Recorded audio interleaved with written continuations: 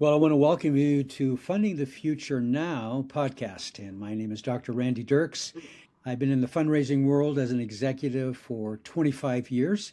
And it's my delight today to introduce a guest that I've known for about a year and comes from a unique background. And we're going to talk about that in a moment about the variety of backgrounds people can bring into the advancement world that maybe you'd think, well, how did that happen? But it really brings a lot of interesting dynamics, diversity, perspective, and awareness.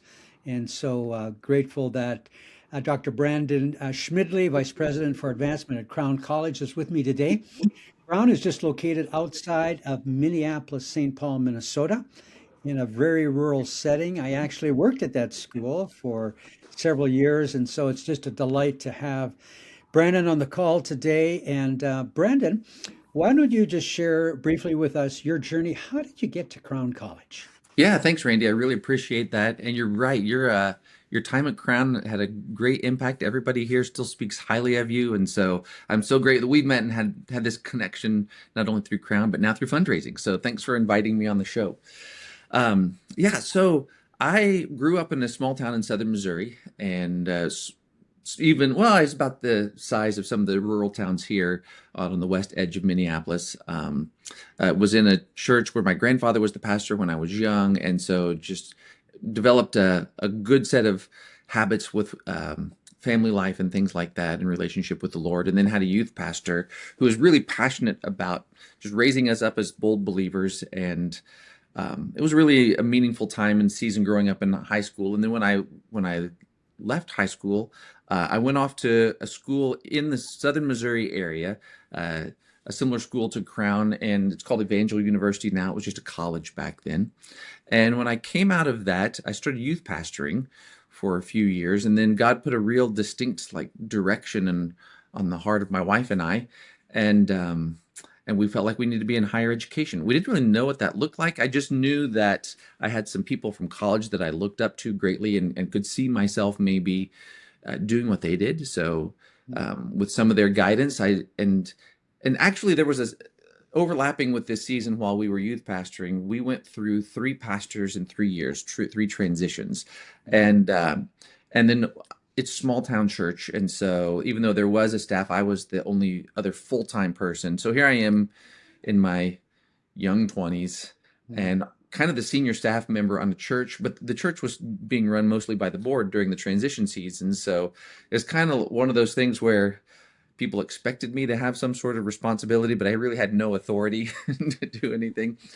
But it was for good and bad. It was a good learning experience. But through that season, I felt like I got mentored by committee. That was still back in the days when we had Sunday and Wednesday services. So I was scheduling people to come in on a fairly regular basis as guest speakers. And then also back in those days, you standardly would take them out to lunch, and then maybe they'd stay at the house in the afternoon, Sunday afternoon, do the Sunday evening service. We'd go out to dinner again. So I just had a lot of conversations with some really great people that came through that.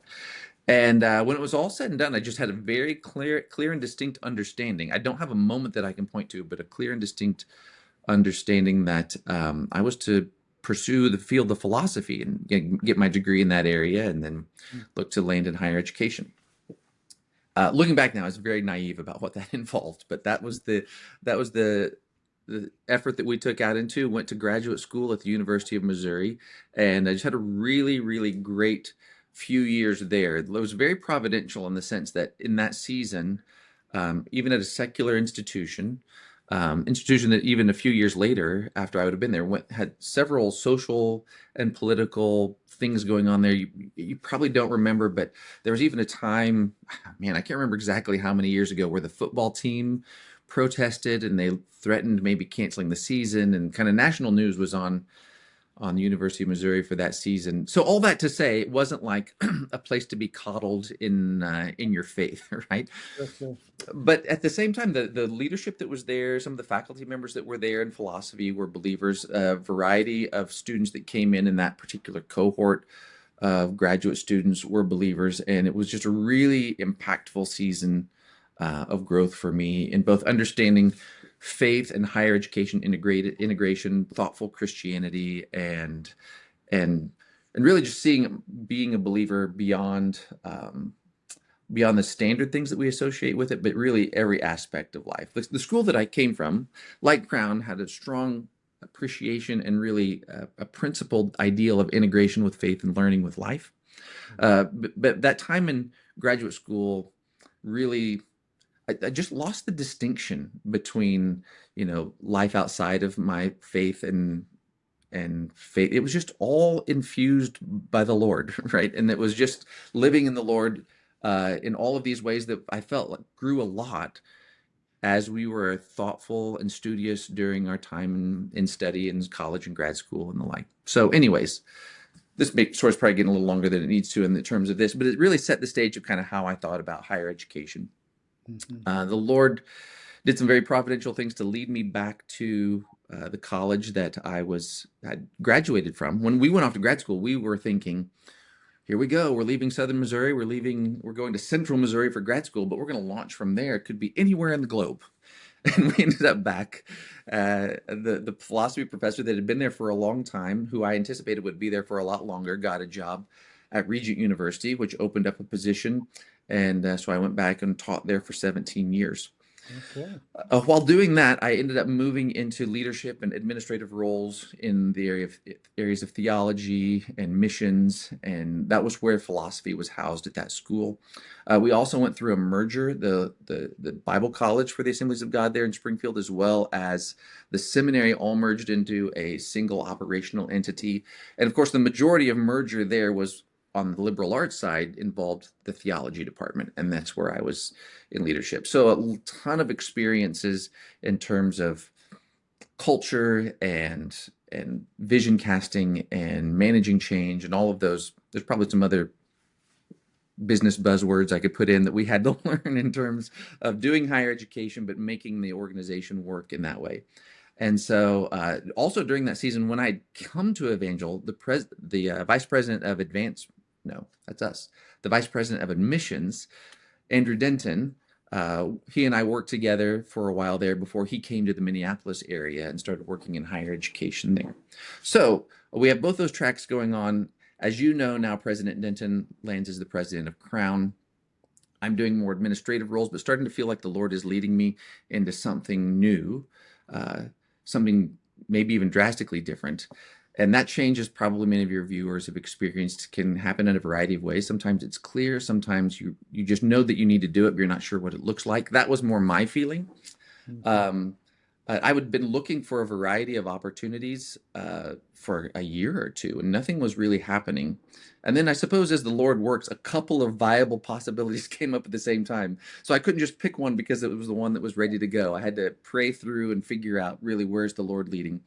And to work here with Dr. Denton at Crown in the Minneapolis and greater Minnesota area with the Christian Missionary Alliance became a possibility. And I left two older daughters, one in college and one recently married in Missouri, brought a 13 at the time year old son up here, and meeting wonderful people like you and people here at the college and just seeing what the Lord's doing. As you know, and I'm not sure how much our conversation will get into the specifics of Crown, but God's just doing a really great work here at a fairly unassuming small Christian college. We're one of many across the country. Maybe several of your viewers are representing similar types of institutions, but it just feels like we're experiencing the Lord blowing wind to the sails of what His mission is for the college, and it's just been a pleasure. So thank you. Yeah, love the story. So I want to pick up on something. So you come out of a Yeah. philosophy background, and now you're in a role as vice president for advancement. So some people would say, well, how in the world did that happen? But obviously, you know how it happened. But I'd love for you to talk about how your particular background is adding value to what you do today. Because a lot of people that are in the advancement world, didn't go to a university that talked about development or took those tracks. And then later on in their career, for whatever reason, they ended up in a senior executive role, in a fundraising role. So, love to hear your perspective on what you have done in the past and how you see it intersecting now with your particular role in the advancement world. Yeah, very good. And so I do feel a little bit humbled to be on the podcast with you today. Uh, you're the expert. You've got years of experience, and there's probably a variety of your listeners and viewers who have a lot of expertise in this area that I'm still learning about. I feel like the Lord has positioned me for this season, so um, I'm not insecure in that way. But at the same time, I know I've got a lot to learn. And so, if anything, I kind of feel like today being on this with you is a bit of an open book case study. Here's me and my story for people to pick apart and maybe apply some things to their own career that will hopefully be helpful. So when I think about some of the things that are in my past that led me into this area, and I empathize with those that are also probably among your listening group who have come into this field from something else. I've seen it before, even before getting into this role currently. People who were successful or had a lot of experience in a particular field then get tapped to do something different, oftentimes raising funds for that field. So their expertise kind of is in the subject, but not necessarily in the practice of fundraising. And I actually don't know very many people who went to college and got a degree Mm-hmm. uh, in fundraising per se. A lot of the skills overlap, I'm sure, with sales and other things that we might think of. But what is it about somebody like me who comes out of teaching philosophy into into fundraising? So for anybody who's watching, who's like, how did I go from XYZ into fundraising? Surely it's not going to be more strange than going from philosophy to fundraising. So if we can redeem my experience, I think we could redeem any experience, right? So there's a few things that I think are really, really good. And this, I'll just say, first of all, this was Dr. Denton's decision. And he sees and has a vision for fundraising for Crown that sees my experience and my personality or whatever as being a good fit with working with him. So ultimately, in consultation with the Lord, that was his decision. So, but as I look and think about where do I feel now, my past experience fitting in, these are the few things that I'll highlight. First of all, when you're dealing in philosophy, there's a lot of misunderstandings, I might say. People hear the word and different ideals come to mind. You might be thinking of very rigorous um, P's and Q's types of arguments, clear deductive inferential movements, maybe something in terms of ancient and medieval philosophy and syllogisms and all that come to mind, which is very precise and the like. Other times when people hear philosophy, they think of something very ephemeral and ambiguous. And the more weird it is to understand, that's probably all the better philosophy, right? And so you do have both of those elements that kind of are in the study of the field of philosophy. And you have both of those elements I'm discovering in fundraising. So there is so much about contemporary fundraising, which is very analytical.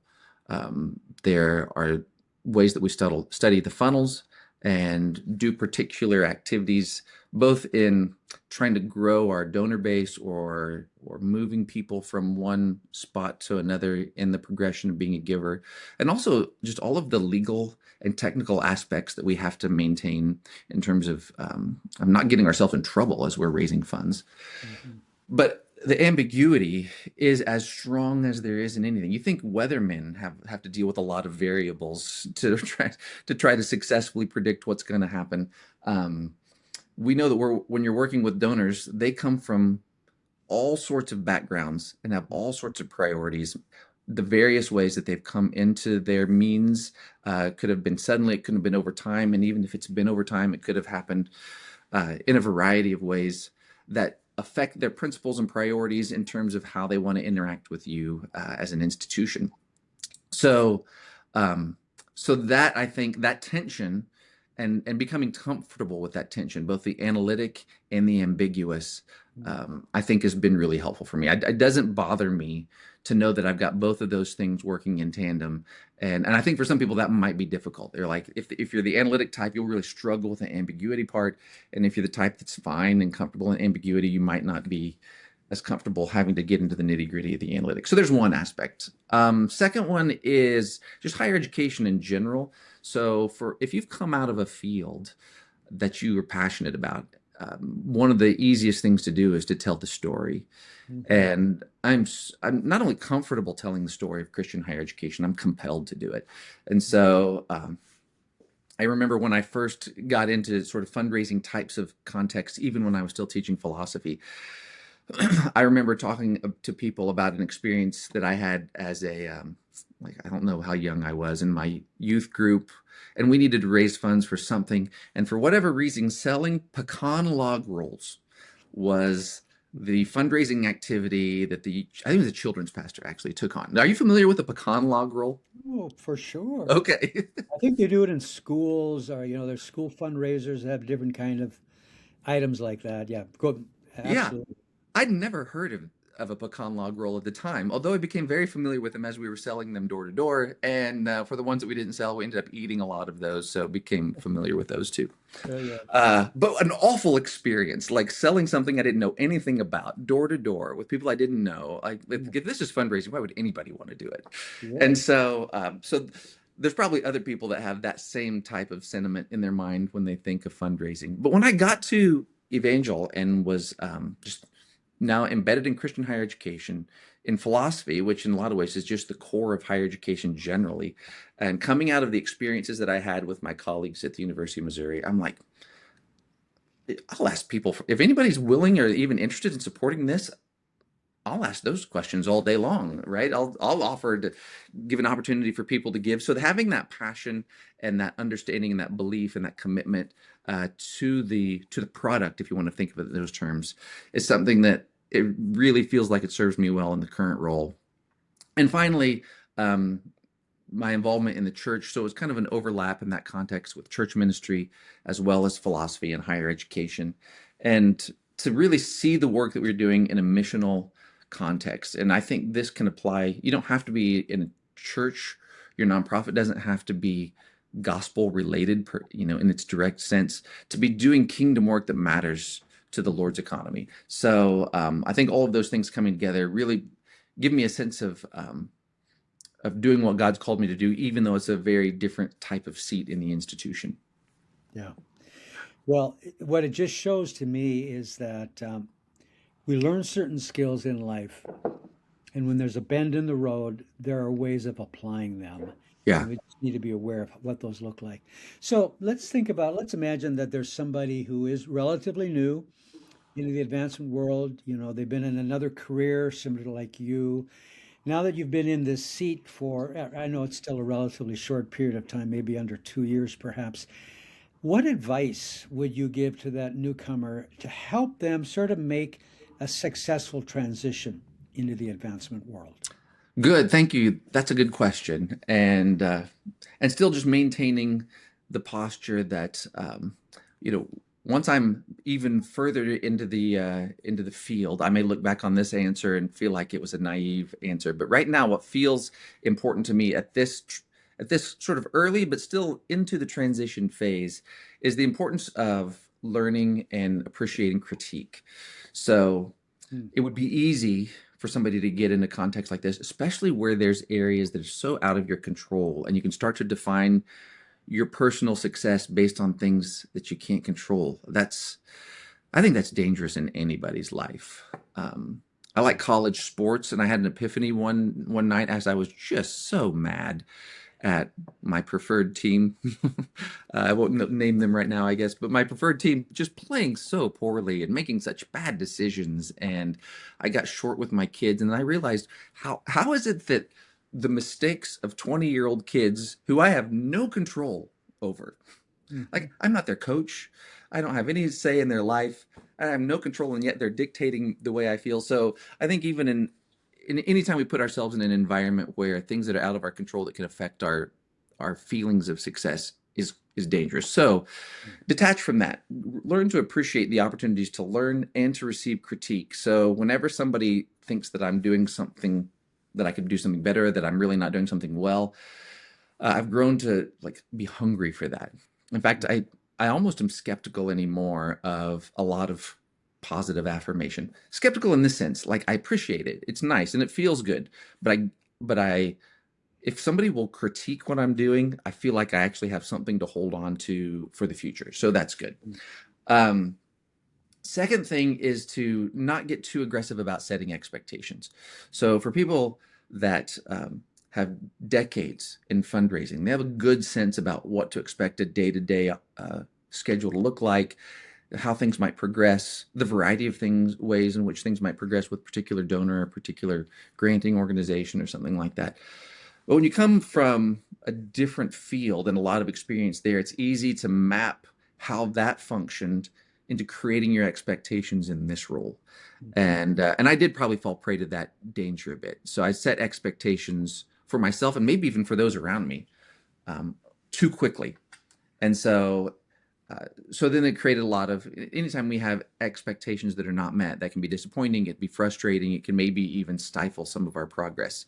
So to whatever extent you can, for somebody that's, if you've just come out of a field and a role and you're moving, maybe even that same field, but into the fundraising aspect of that, just take your time before setting expectations, and then learn a little bit more about what's going on, talk to people like you, and then maybe even be willing to be fluid on your early expectations as you work through the job.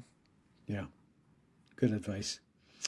So now that you've been in the saddle for a while, and you're starting to pick up some of, let's just call them some keys in the area of fundraising. And I know that varies from school to school and from personality to personality. Mm-hmm.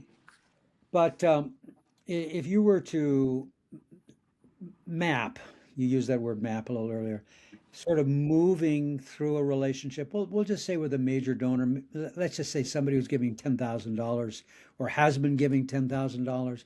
I realize that that dollar amount varies from institution to institution. Um, what are you learning about how to cultivate that relationship and how to build a better connection, a better understanding? What's that looking like for you?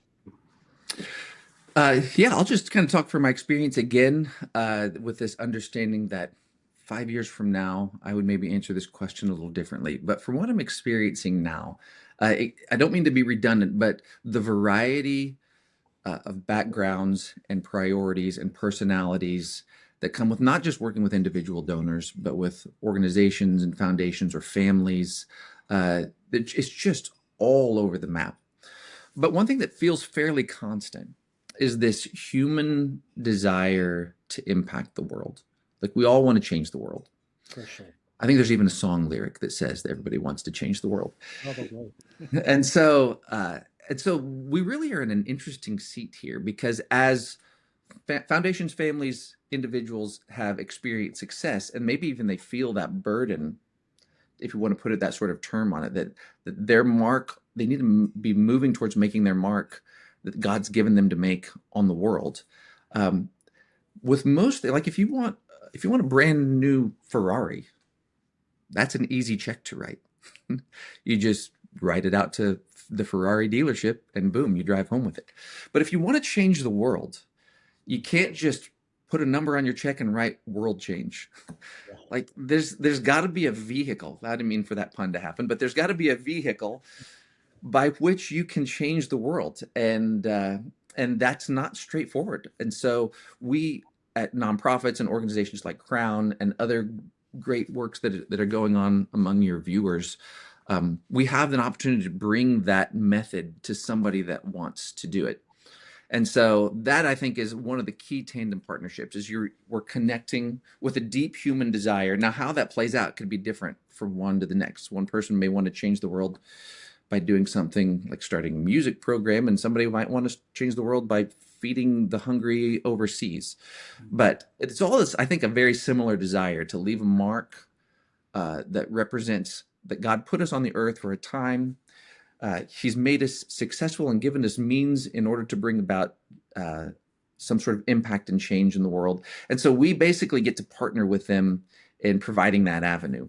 It's a little more tricky because, especially for people who have a great deal of means, they have all sorts of opportunities coming at them from all directions. And so connecting with really what they feel like the Lord is leading them to do, probably even more than connecting just with their personal desires. I think there is something in an individual that wants to just be the directive of everything about their life. But as believers, we understand that really we get the most freedom and we get the most fulfillment when we get in tune with what the Lord has planned.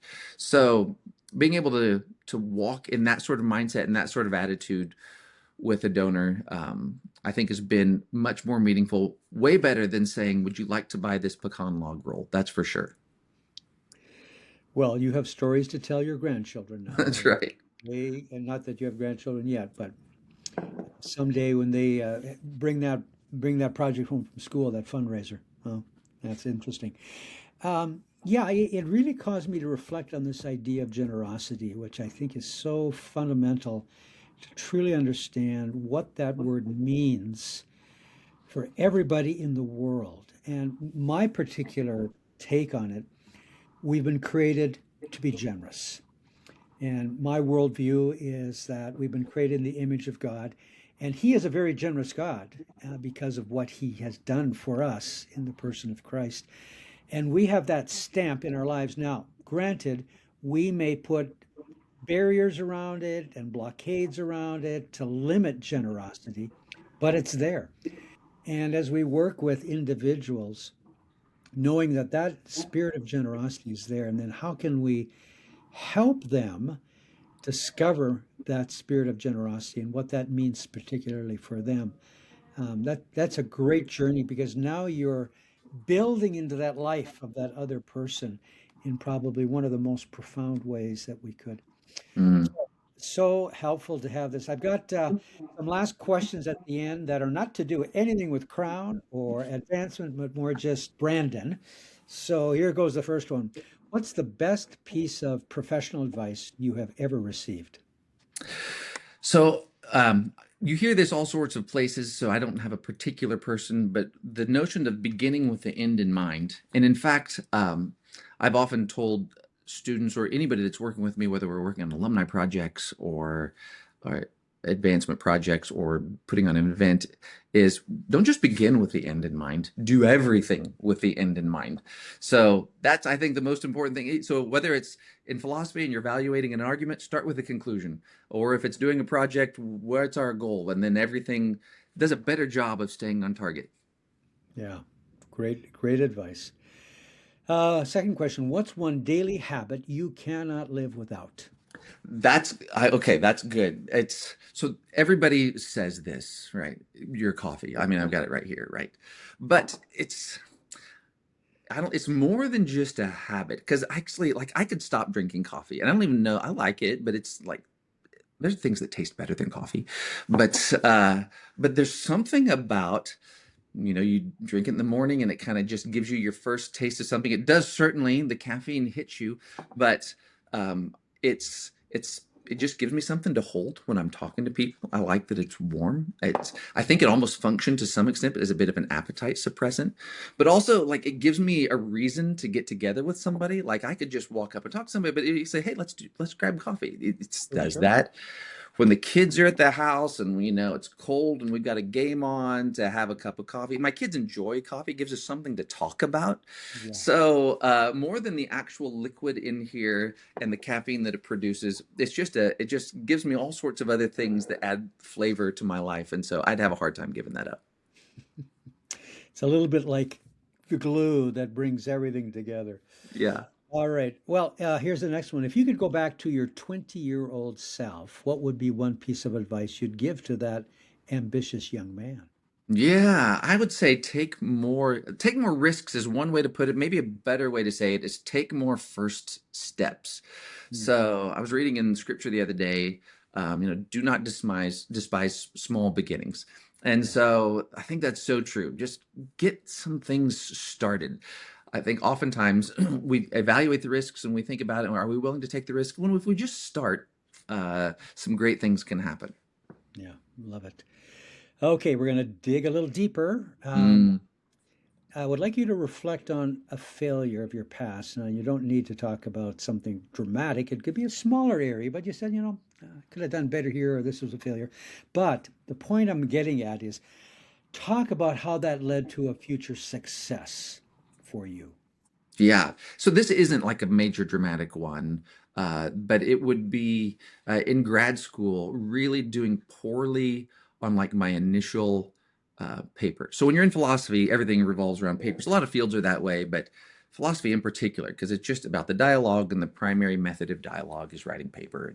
Mhm. And the first one that I'm as I'd mentioned to you before, I kind of was coming even into the field of philosophy after having been a youth pastor, not knowing what I was getting into. So I thought I might be prepared, and I wrote the first paper and just did awful. But and so there was a lot of opportunity there to think, maybe this is not what I'm. Maybe the Lord thought it was clear on this. Maybe this isn't.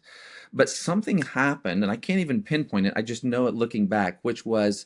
Um, I can't pinpoint why this motivation happened, but after I did so poorly, there was an opportunity to like pair up with a peer to kind of talk about our papers. And there was one particular individual that was just brutal in class.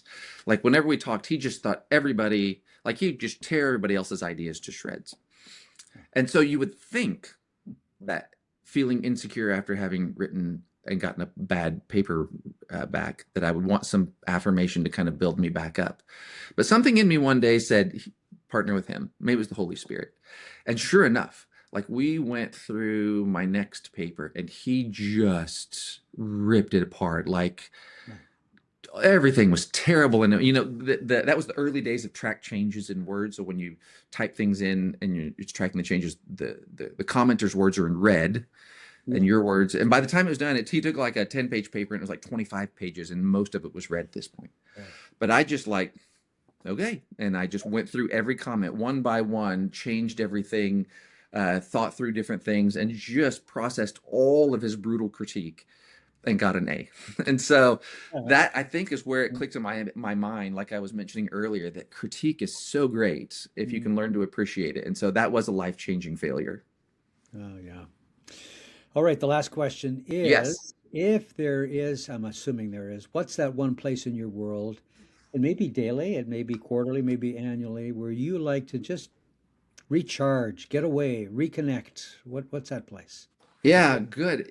When you're younger, those places tend to be physical locations, and when you get older, they tend to be relational locations. And so it's been interesting to observe. So the season I'm in life, so we're not quite empty. We're in that multi-phase of empty nesting. So I've one now that just got married, finished college, one's in the middle of college, and so she's still back in Missouri, and then one that's just now in high. He was 13 when we came. Now he's a freshman in high school, and and it's interesting how things change when you're young. Time with your kids, while fun, is exhausting. When the kids are just doing all of their stuff. But it's been an interesting revelation lately that when we're all together, it like gives me energy now.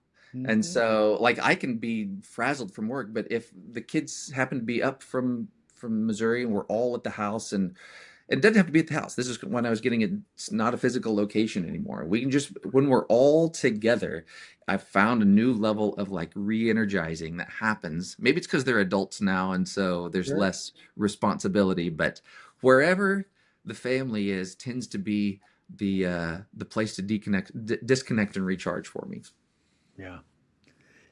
Brandon, thank you. It's been a delight getting to know you better, hearing your journey.